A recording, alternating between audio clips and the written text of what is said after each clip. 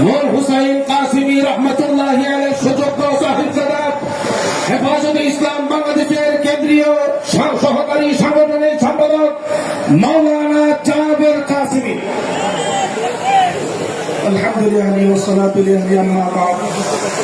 আসলে সময় খুব কম। আমাদের একটা বিষয় বুঝতে হয়, 2013 সালে শেখুল ইসলাম আল্লামা শাহ আহমদ শফি রহমতুল্লাহি আলাইহি, আল্লামা জুনায়েদ বাবুনগরী রহমতুল্লাহি আলাইহি, আল্লামা নূর হোসেন কাসিমি রহমতুল্লাহি আলাইহি সহ দেশের শীর্ষ ওলামায়ে কেরাম যেই শাপলা চত্বরে ডাক দিয়েছিলেন, এটা কাউকে বসানোর জন্য নামানোর জন্য না। কথা বলেন।